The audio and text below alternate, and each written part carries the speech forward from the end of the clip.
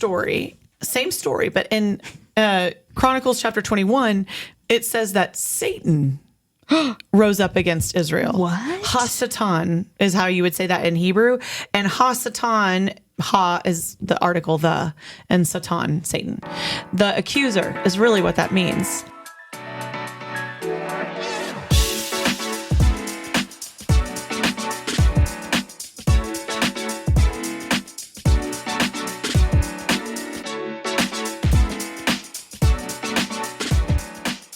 Hey guys, we are back. Week 14 of It's Not Complicated. Woohoo. I'm Jenny Williams. I'm the senior pastor of Central, reminding you that our title is a lie. It is complicated, but we are so thankful that you're on this Bible reading journey with us. I'm here with one of my favorite co-hosts. I'm Reverend Virginia Brown. I'm the college pastor and director of the Wesley, just off the U of A campus. And today you'll notice our third person is missing, Chase. He is on vacation this week, and so he'll be back with us next week. Yes, and I'm guessing he's prepping some extra songs to sing for us. I'm sure. One can only hope. Yeah, he'll come back with whatever we go over today. He'll recap, I'm sure, with a list of all of the jams we could have been singing. We could missed opportunities. Yes. And just as a reminder, I will say this week of the Bible is a little lighter. It is a little lighter. It's not terrible. No, but there's still some references to war and death and other delicate topics. So just be mindful of your ears or any other ears who might be listening. All right, let's go. Let's jump in. Woo, here we go. Here we go. The Chronicles are chronicling. Yes. The what cools of the Bible? Of the Bible, not of Narnia. I wish it was my of gosh. Narnia. That may be our next podcast series. Oh, actually, like one over Narnia? Wouldn't that be fun? Yeah, or like C.S. Lewis books, like the Right. obscure ones. Yes. I'm down. Yeah. But for now, today, we are in week 14 of this endeavor, this journey, this, are there any other synonyms that we want to use? I feel like today, especially because we've already heard all of this stuff before, it's like the end of a season of a show before a next one. Like they're trying to recap everything so you can be ready for the next season. Yeah, that makes sense. Yeah. I looked this up, and the Chronicles was written after Kings, Okay. like 100 or so years Yeah. later. And it's like, why? Yeah. Why did we need this again? But I don't know, but we did, evidently. we So did. here we go. yes, they So- were like, let's hear about Saul dying for a third time. For the third time. Like, honestly, I hope that I'm this remembered post-mortem.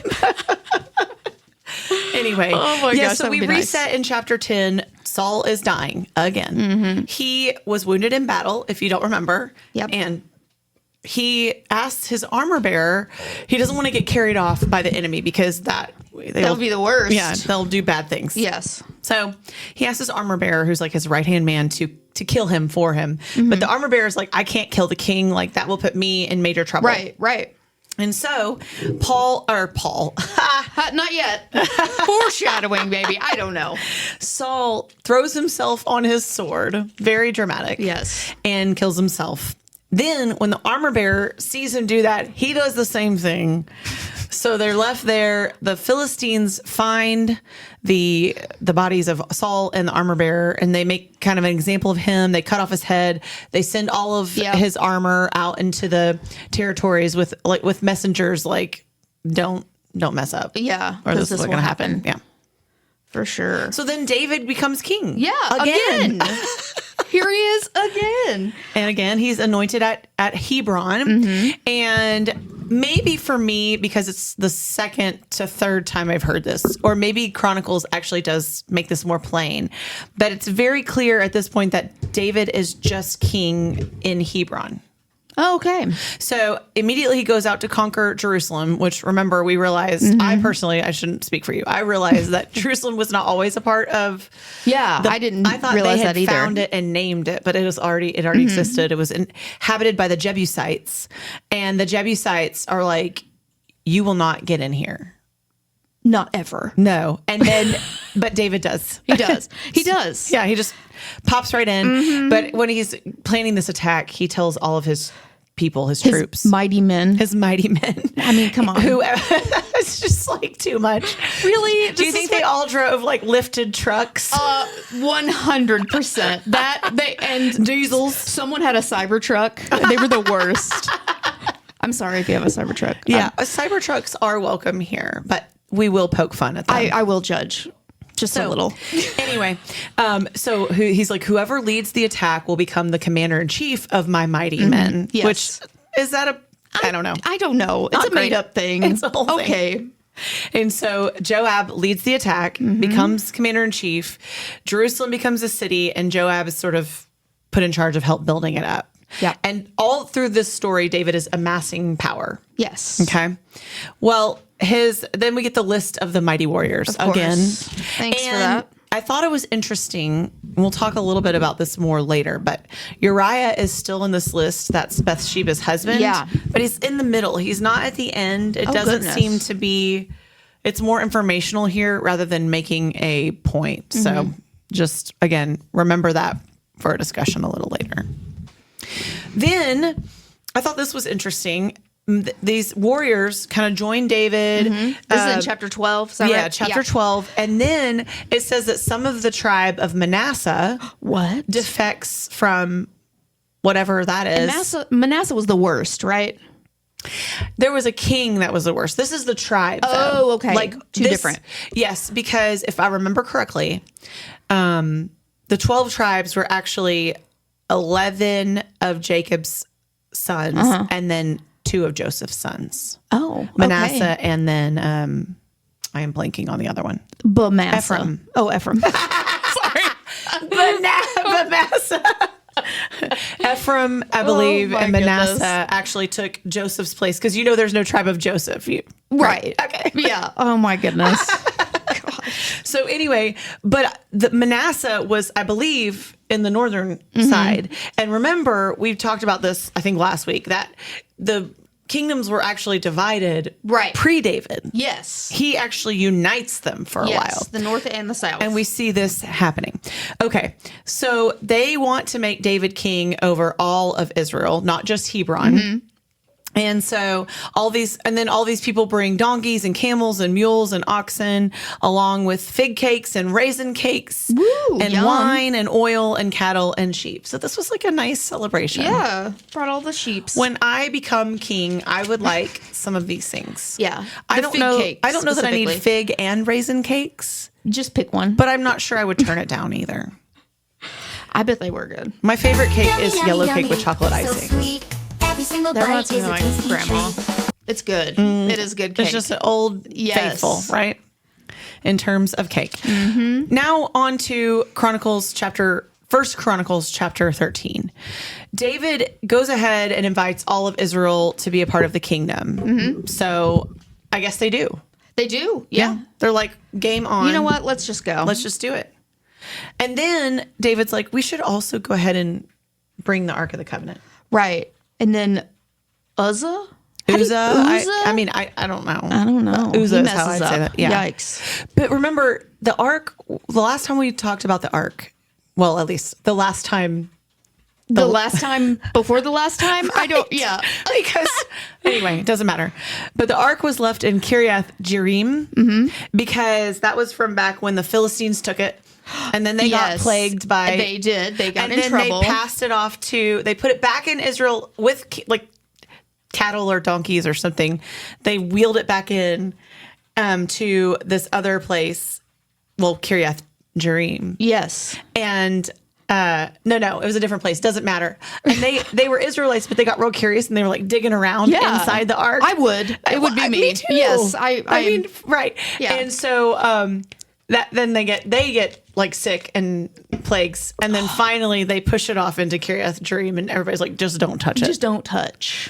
But here, David's I would. like, let's bring it back.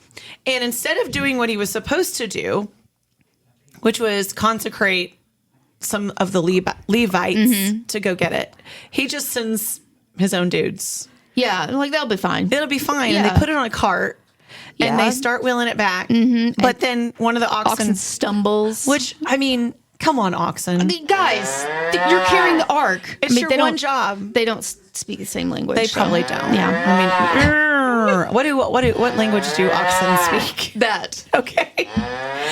So the oxen stumbles, and this very helpful man named Uzzah or Uzzah reaches out to stabilize it. And then instant dead. He's dead. Just death. That, I mean, come on, God. He was just trying to help. That's what I thought. But, So God is angry, and then David gets angry with God. Of course David does. I love it. Yes. And he's like, God, I am trying to bring back this ark. Listen. And so he's like, you know what?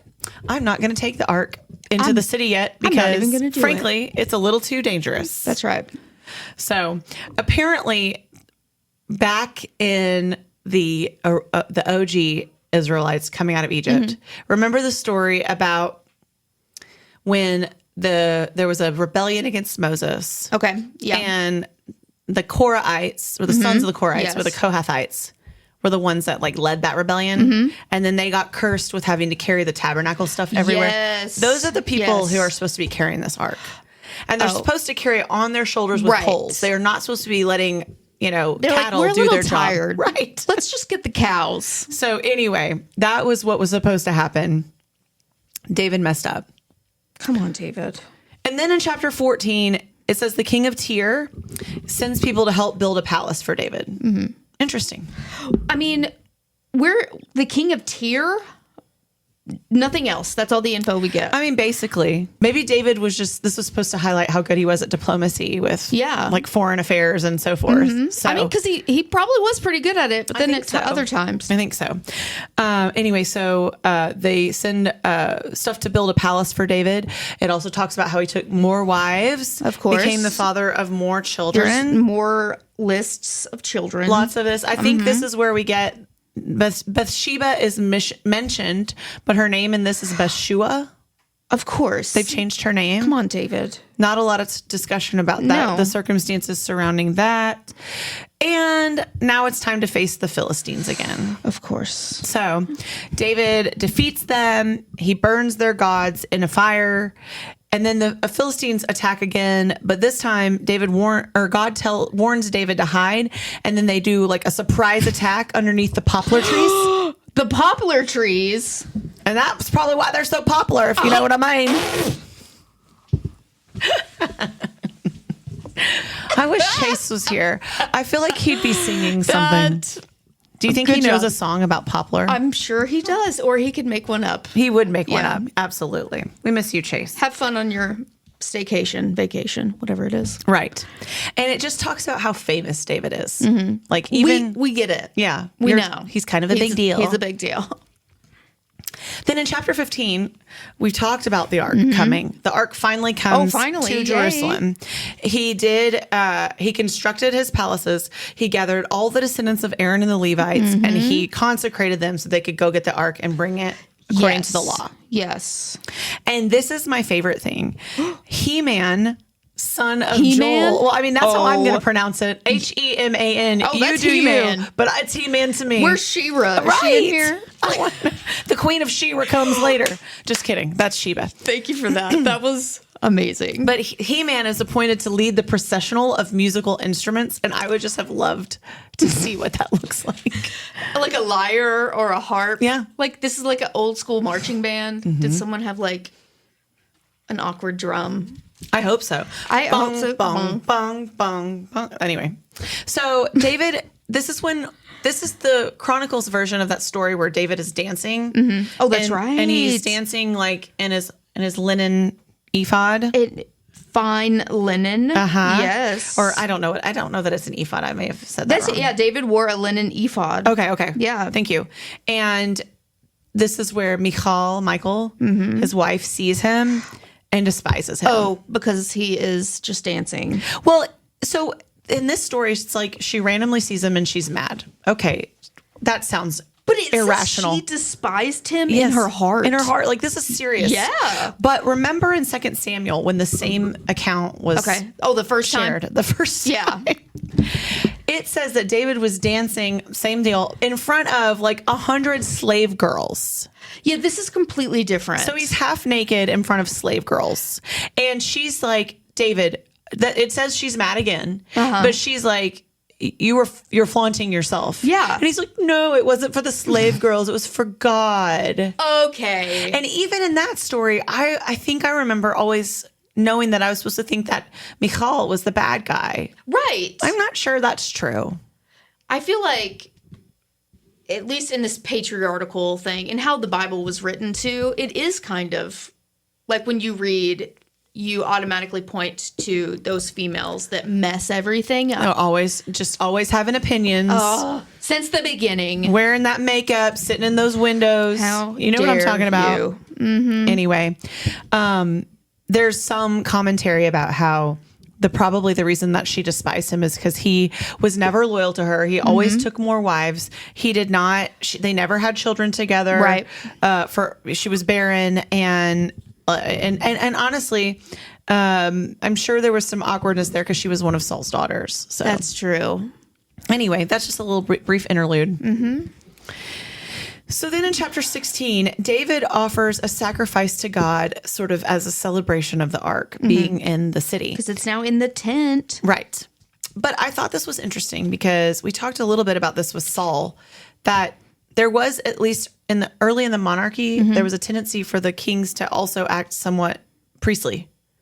Okay, yeah. So when Saul performed the sacrifice that God was like, and we're done now. Yeah. It wasn't that he did that per se. It was that he did that when Samuel told him to wait.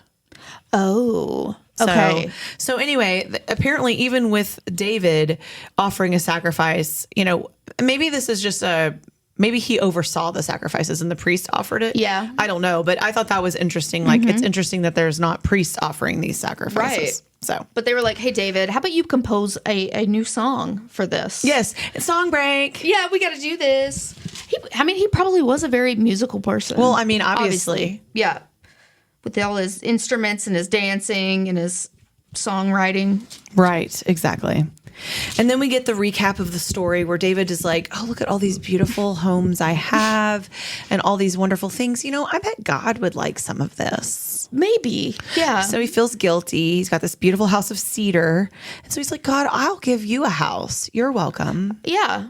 But it's not as big as his house, right? Well, it won't be. But remember, God's like, no, I did not ask for a house. You don't build me a house. I build you a house. That's right. And he's like, but okay, if you want to build a temple, it'll actually be your son who builds the temple. Ooh. And then there's also this talk about, and David says this multiple times later.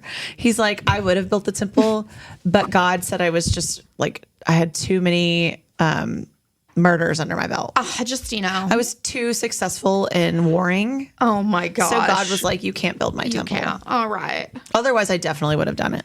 So David prays again. He accepts God's promise. Yes. And then there's just like chapter 18 becomes this list of kings and little local tribes that David is better than. In case you need another list of odd baby names. Right, exactly. I wrote some of them down.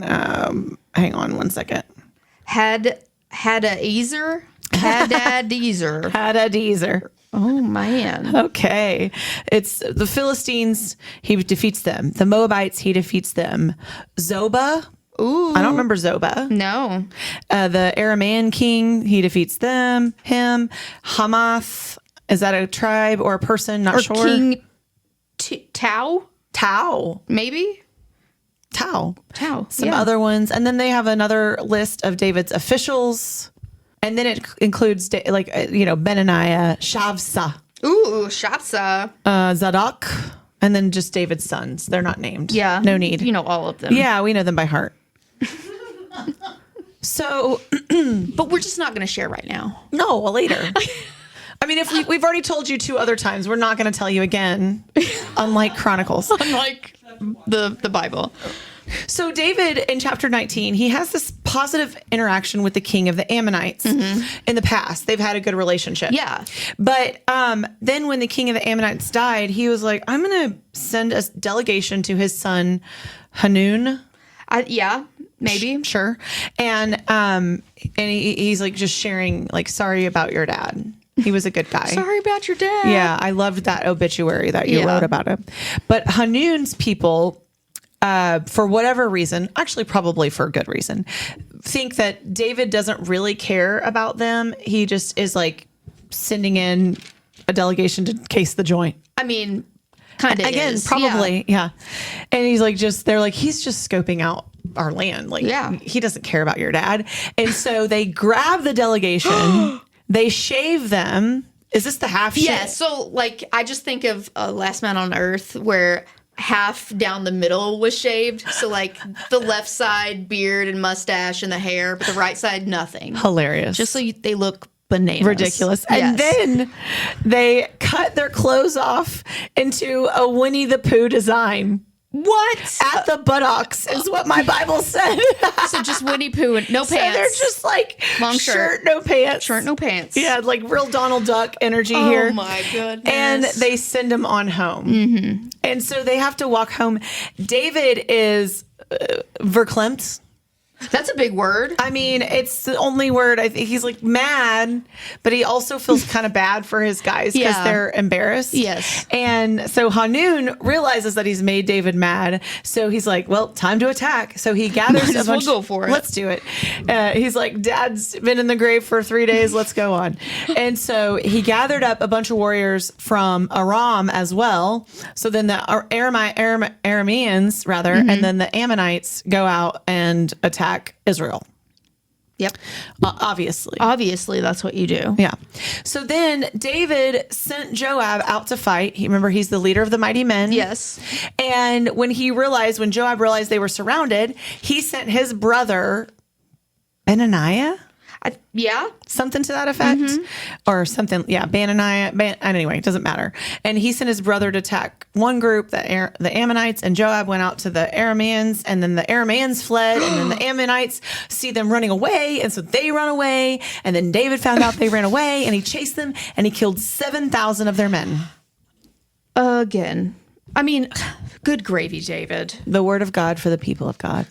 Thanks be to God. Thank you. Yeah. So, whatever. And more war in chapter 20. Yeah, I there's mean, giants. Yes, we got Elhanan. The six-fingered man is back. Yeah, brother of Goliath. We get a name here, Lami. Oh, Lammy? Lammy? I don't know. Lahmi. Lami and Goliath. I don't know. Anyway, we've already heard all this. Okay. Chapter 21 recaps a story from 2 Samuel 24. Yes. You might remember that God was mad at David. Right. Sorry. Is this over the ark again? No, we don't know why. It doesn't tell us why. Oh, okay. God is actually mad at Israel. And so it says in 2 Samuel 24 that God incited David to take a census. That's right. We're back to counting people. Okay. Which is a bad idea because it's against the law. Yes. But David was like, whatever, I'm going to do it. We're going to count people anyway. Yeah.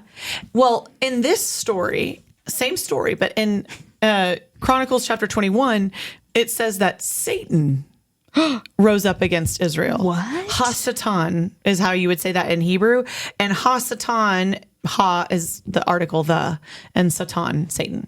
The accuser is really what that means. Wow. This is the same word, I assume, that is in Job when it says that the accuser or the adversary comes to God. Anyway, I just thought that was really interesting. For sure. We've got Samuel saying, like, this is God inciting David to make the Israelites get in trouble. But now Chronicles is like, let's clean this up a bit. You know what? I bet it was the devil. The devil made him do it. It was the devil. Either way, Joab is like, David, we can't do this. Like, this is against the law. Bad things will happen. And David's like, I'm king. Nothing bad will happen to me. Yeah. So God, of course, punishes Israel. Same story as last time. How about a plague? There are 3 options. He does get 3 options. He does. And he chose the plague. The plague kills 70,000. Okay. And then God's like, I guess I'm done. And David's like, please, why would you punish the sheep for something that the shepherd has done? Like, this is my deal with the Old Testament. Yeah. Why are the humans more reasonable than God? Yeah. I think that just In some ways. Yeah. You know what I'm saying? Yes. And I understand the Lord's ways are not our ways, but sometimes I think we were just writing things into the story that maybe. David was like, can I just deal with it rather than 70,000 people dying? Right. Anyway. Yeah. So, deep thoughts. Wow. So then David builds the altar, but he's like, he's like afraid of the angel of the Lord with the sword. Yes. Who came through and did the plague. That's right. Very, very Exodus vibes here. 10 plagues. It is. So. It is. Anyway. So now it's HGTV again because they're preparing to build the temple. Yes. Yeah. Again. Right. So we've got David is getting ready. Yeah, David's getting ready to build the temple. And I was like, wait, I thought this was Solomon's job. Now because it wouldn't be his, it would be his son's. But I love this. Chronicles is like giving us some insight onto parenthood and like helicopter parenting. Yes. Because David's like, Solomon is so young and so inexperienced. And I have all of this amazing, successful experience. And so David's like, I'm just going to pre-cut some of the pattern. I know so much about gold and silver Obviously, and bronze. and precious stones. He's just small. Yeah, he's just a young buck. I don't know. And so he like pre-cuts some of the stuff and he's like, Solomon, I'm just going to get a head start. It has like a lot of, it's giving parent the night before the science project is due. Where you just go, I'm just going to do it myself. I'm just going to do it myself. Yes. Yeah. And you can put your name on it. Anyway, then it talks about how for the temple, they're going to have 100,000 talents of gold. Okay. I assume this is a good amount. Yeah, I would think so. 1,000,000 talents of silver, a lot of bronze and iron. We just can't even count Can't it. It's even just a lot. count it. Don't even ask. And then some wood and some stone. So. And then we've got chapter 23 through chapter 27 is sort of a recap of the recap. I mean, really. Talking about the Levites and what they do. 24,000 of them are to be in charge of the work of the temple every year. That is so many. It is. And well, I've done some research on this for the story of Zechariah in the Gospel of Luke, because he got to be selected to be in the Holy of Holies that one time. Yeah. But the chances of that, I think they're in that particular selection, it's like 10 or 12,000 lottery that you get chosen from. Oh, to actually get to go in the Holy of Holies? Because you assign all these people, but there's really it's not enough work for however many people, 24,000. Right. Yeah. And so, you actually you do a lottery every year, every day. I'm not sure exactly the timing to see who gets to go into the Holy of Holies and trim the wick. Wow. What an amazing thing to do. I guess. Let me go in and just go. Boop, and that was it. Yeah, you got to keep the candle burning. There is a song for that. I wish Chase was here. Keep the candle burning. Anyway, and then we've got a division of Aaron's sons, like their descendants, and then a list of musicians, a list of gatekeepers and treasurers, and then a list of army divisions and the leaders of the tribes. Like, are these the governors or? It's interesting. So many. It sounds like I keep getting the leader. What's the difference between the gatekeepers? So the gatekeepers are the leaders are literally gatekeeping the temple. Oh, okay. They're just standing there. Yeah. Gotcha. Yep. So, and then you've got your treasurers. They got to keep track of all the money and the things. That's important. So now we're on day 96 now. First Chronicles chapter 28. Okay. And so David has given Solomon the temple blueprints. He's like, here you go, son. I've done a few things. I just want you to take a look at this. Take it or leave it, but mostly take it. Yeah. But also, this is a divine architectural plan. Like, this is... Look, you can make your own decision, but God passed this plan down to me. Me. And I am your father, so you have to listen to me. Anyway. Yeah, so they're building the temple. It's almost like David has this whole thing mapped out. And so then Solomon becomes kind of this glorified contractor. Yes. Also included in this chapter, it talks about lamps and lampstands again. I love lamp. I'm so excited. Yes. This is now like the 10th time we've heard from them. Yes. They're a big deal. And then I guess anything else in 28? No, that's all I've got. Jump in 29 where... which feels like a repeat. Like, did they copy and paste chapter 22? Yeah. And it's concluding this grand assembly where David and Israel decide or dedicate the resources to the temple. They're like, cool, all of this stuff, the gold and the silver. And then guess what? David dies. Bye. He's dead again, and Solomon takes over. Now, in this, it talks about how, all of David's things are chronicled, it talks about the book of Kings, I think. And then it also talks about the writings of Nathan. Oh, we're bringing Nathan back. Yeah, I would love to have those writings. Because I would like a firsthand account of the whole, you are the man guy.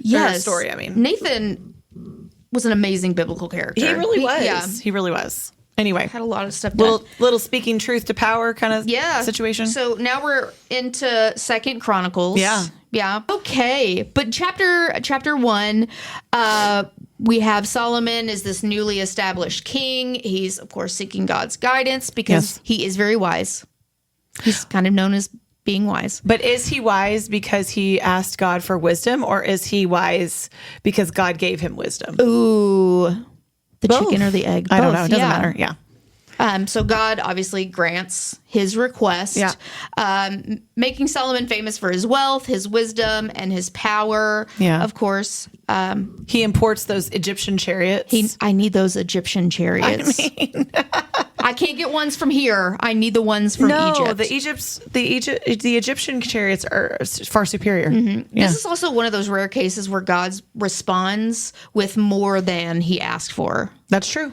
He asked for these things, and God was like, you know what? Yes, and I'll give you more, which is super rare. Yeah.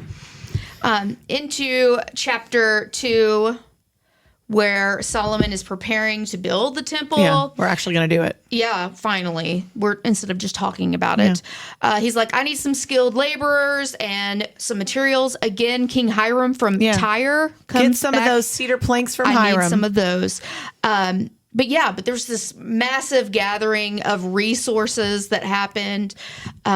Specifically, 120,000 loggers and stone cutters. Wow. A massive workforce. I mean, I guess that's what it takes, especially when you don't have like machinery and stuff. Yeah. I mean, I just don't see how people built stuff back then. I don't get it. I literally don't get it. I'm amazed. Yeah. Because we can't build stuff like that today that lasts no time. No. Brilliant. Yikes. Yeah. So then chapter 3, we get the actual... I thought we got it. Anyway. Wait. Now we're building. Yes. Oh, okay. So he's building the temple again in Jerusalem on Mount Moriah. Is that where it still sits today, or like the Temple Mount? It has to be, I would think. I would think so too. Obviously the site where God appeared to David. It describes the temple's intricate dimensions and the lavish decorations, all of the amazing fabrics and the cherubim who are there. It talks a little bit about the Holy of Holies, or the most holy place, which I think is important because we don't have, nobody could go in that space except for who built it? The high priest or the sanctified priest? Well, I think they could. It's kind of like the Mormon temple. Okay. Yes. I really do think this. Yes. I wonder if that's where they get that practice. Yeah. So if you've ever been to a Mormon temple, you're allowed to go before they consecrate it and see everything. It was fun to do. Yeah. Anyway. And so once it's consecrated, then we the outsiders may not go in. And in this case, no one could go in but like the appointed priest. Whoever that was. Right. There were 2 pillars in this part. Did you read about that? One was named Jachin. Of course. I don't know. It means he establishes. And one named Boaz, which means in him is strength. But I have to think that these were named after 2 people. Don't you think? Like Boaz. Like Boaz was a stand-up guy. Strong, like a pillar. But who was Jachin? I don't know. Oh, I don't know either. Would love to know. I'll write that down for the... For the heavenly conversations. There we go. Yes. It says he made encircling chains, but put them on the tops of the pillars. It says he made 100 pomegranates. How do you make 100 pomegranates? Or is that like decoration? Maybe you're out of gold. Did he maybe craft them? I don't know. I hope so. Let's see. Oh, they're decorative. Yeah, they're not structural. Oh, good. Phew. Just to remember. So in chapter 4, okay, now that the temple, I guess, has been built, we've got to furnish it. We've got to put stuff in it. Yeah. And Solomon is commissioning these various bronze furnishings for the temple, including this impressive sea, which is 10 lampstands. Yes. Yes. And other ceremonial objects emphasizing the temple's grandeur and just how big it is. Yeah. The sea and the massive Sea, are you saying sea like ocean? SEA, yeah, Okay. ocean sea, as this massive bronze basin that holds up to 12,000 gallons of water. Dang. Yes. And it says bronze oxens are arranged in 3. Okay, wait. This kind of takes me back to the Mormons because where their baptismal font is, they have like oxen underneath the baptismal font. They had to have used some of this as I like think so. a template. I think so. I also love that the energy in the temple is not minimalist. Like more is more. No, more is more. Yeah. We've been, I mean, like the Very Eastern old. Orthodox, it's just, there's just tchotchkes and True. gold True. everywhere. You're right. You're right. So Just so much. So in chapter 4, no, we just did that one. Chapter 5, the temple is finally complete. I feel like we talked about it way more than it took to actually complete it. absolutely. So much. Absolutely. And they brought it into the temple, and of course, the presence of God fills the space as a cloud so thick that the priest cannot stand to minister. I know. I thought that this little aside was hilarious because it felt like someone was like, and God came in and filled the place with the glory, and I couldn't even finish my sermon. Yeah, Like it was imagine so the Holy Spirit powerful. like just like flooding in during a worship service, and the pastor's mad because they got interrupted. Oh my! I guess that does happen. That's maybe some foreshadowing to like Epiphany. Oh, of, like, true, yeah. The flames and the whoa, what's going on? And then it talks about how in the Ark of the Covenant, in the Holy of Holies, there's only the 2 tablets of Moses, right? The law. Oh, okay, yes, But I thought at some point it talks about that the Aaron's blooming rod was in there. oh, Yeah, his rod that he like stuck into the ground, right? and it literally bloomed. Oh, because yes. that was God's proof that is he was the right. chosen one. That is right. Yes. I do remember that. Okay. So then we've got to take a song break. Well, of course. But it's a very brief one. It's got only one line. He is good and his love endures forever. Yeah. Which I do, there's such a thing as a song with too many words, but there is also such a thing as a song with too few words. I feel like these words, though, have been used millions of times in modern worship songs. Yes. I could sing of your love forever. Yeah. Just it's For he too is much. good. Yeah. Yeah. Anyway. So, It's got to be dedicated, right? Yeah. The temple. yep. Solomon gives a speech. And Prays the prayer of dedication. I do love in this prayer in verse 18, it says, chapter 6, verse 18, it says, but will God really dwell on earth with humans? And it's kind of talking about just the incredible gift that it is that God's presence will be in the temple with them. But I also thought, a little foreshadowing, right? it is. Yeah. So I loved that. Absolutely. Chapter 7, it says, when the prayer is over, immediately fire rained down from heaven and consumed all the burnt offerings. Oh, okay. Just, Good thing it didn't get like the crops and stuff. yeah, I mean, there's a lot of cedar in there, so I just hope it was like sealed well enough. A whirlwind. Yeah.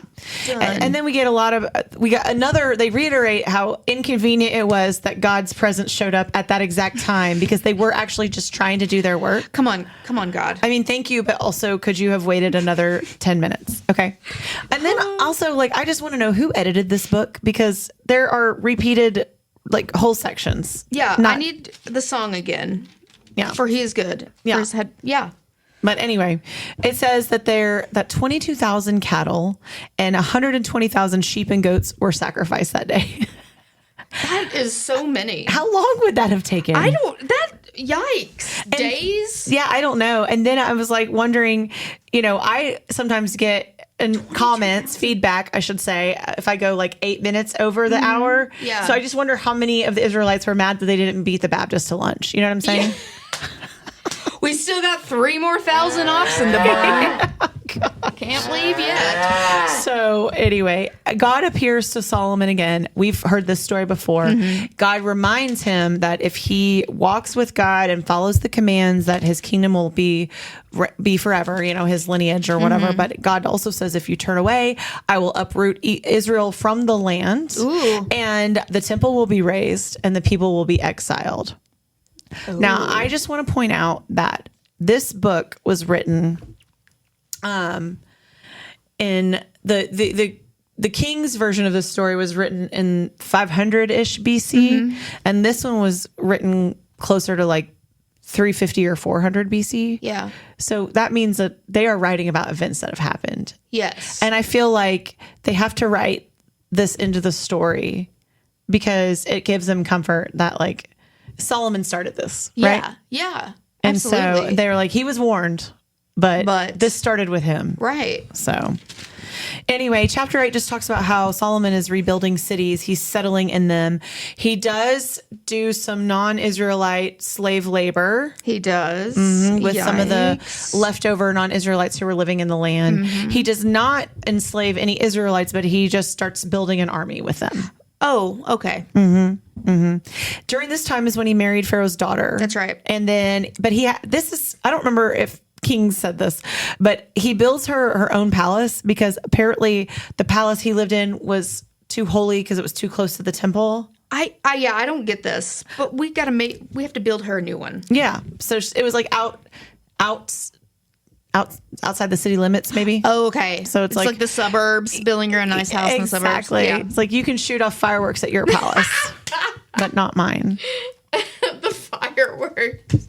So then chapter 9 closes out the story of Solomon. It talks about the Queen of Sheba visiting. Girl. She brings again the huge caravan. Yep. He answers all of her questions. Yes. She cannot stump him no matter how hard she tries. She's overwhelmed by his wisdom and she praises God, which is interesting, I think. Yeah. And then she gives him large gifts of spices, gold, precious stones, and he gives her whatever she wants, it says. Oh. So It doesn't list it though? Well, no. Oh, okay. Or if it did, I didn't write it down. So They're like, it's a woman's wants. whatever she wants. Yeah, whatever like she probably wants. like an apron or You like need a vacuum. an extra whisk for the kitchen. So a vacuum. Just for anyone who actually listens this far, don't buy your mom or your wife or someone you love a vacuum as a gift. Not unless they ask for it, because I actually was thinking about asking for one for my parents. Unless for you Christmas. ask for it, yes. But I remember one of my first Christmas memories was my dad took me to Walmart on Christmas Eve to buy my mom a present, and he got her this set of I think they were Pyrex. They were the brown glass cooking dishes. Oh yeah, do you remember that? Yes. And I was like, she'll love this because I had a play set that looked like that. And they're like, we'll be matching. Yes. Well, she did not love it. Just to cut the story short. Thanks. They did not speak for very long on Christmas. There was an apology made. Mistakes were made. It did not happen again. My goodness. Now she buys her own presents and wraps them, and she does ask that he will sign his name on the tag. Oh, okay. Smart lady. Anyway, we get a final description of Solomon's wealth. 666 talents was his yearly earnings, plus whatever else. Like there were some royalties on top of that. Yeah. Is this where we get the term royalties? The royalties? Anyway. Oh, maybe. Then he talks again about the 200,000 hammered gold shields, life size, but then 300 small hammered gold shields in case you need a pocket version. A pocket version that's a little lighter. And then it talks about the throne covered with ivory and gold. It has 6 steps up to it. So you have to like walk up the steps to sit on it. Right. Like that. And then it's like, and then Solomon's death. And then he dies again. Peaceful. Yeah. And this is what I want to take a moment and talk about is that as we recapped almost identical stories from the other book of Kings, we noticed that like there's some glaring omissions. Yeah. Yeah. Things Like- that are left out or Like the fact that Solomon had 900 wives and concubines or more concubines, whatever. Let's change Bathsheba's name. Yes. It doesn't talk about the Bathsheba thing at all. It doesn't talk about David's rape of her or the death of Uriah rather, Yeah. excuse me, her husband, when he sends him to the front lines to be murdered. Is this like a revisionist history of it? Yeah. It doesn't talk about Solomon's many issues with idolatry Yeah. and all of the high places that were set up during his reign. This was written by his hype man. It was. This was definitely the conqueror's history, if you will. So I think it is important then that we have both versions, because if we're doing like the propaganda of David and Solomon's reign, not that Kings was overly critical, but we do get some more real touch. That's true. Like these are some real life scenarios where they were not always perfect, and gives us an idea of how the kingdom ended up where it was. Yeah. By the time that these were actually written down.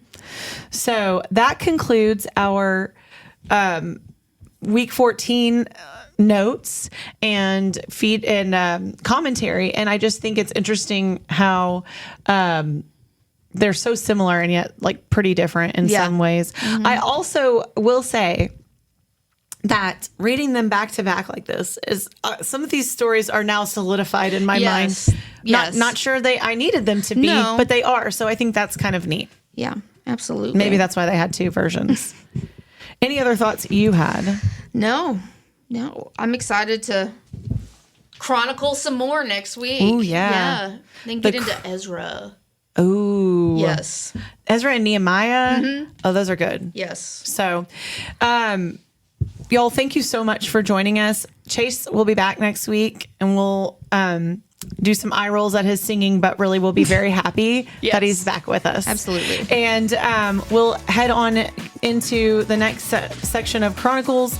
And just remember, sometimes the Bible is complicated, but there's one thing that is never complicated, and that's that Jesus loves you.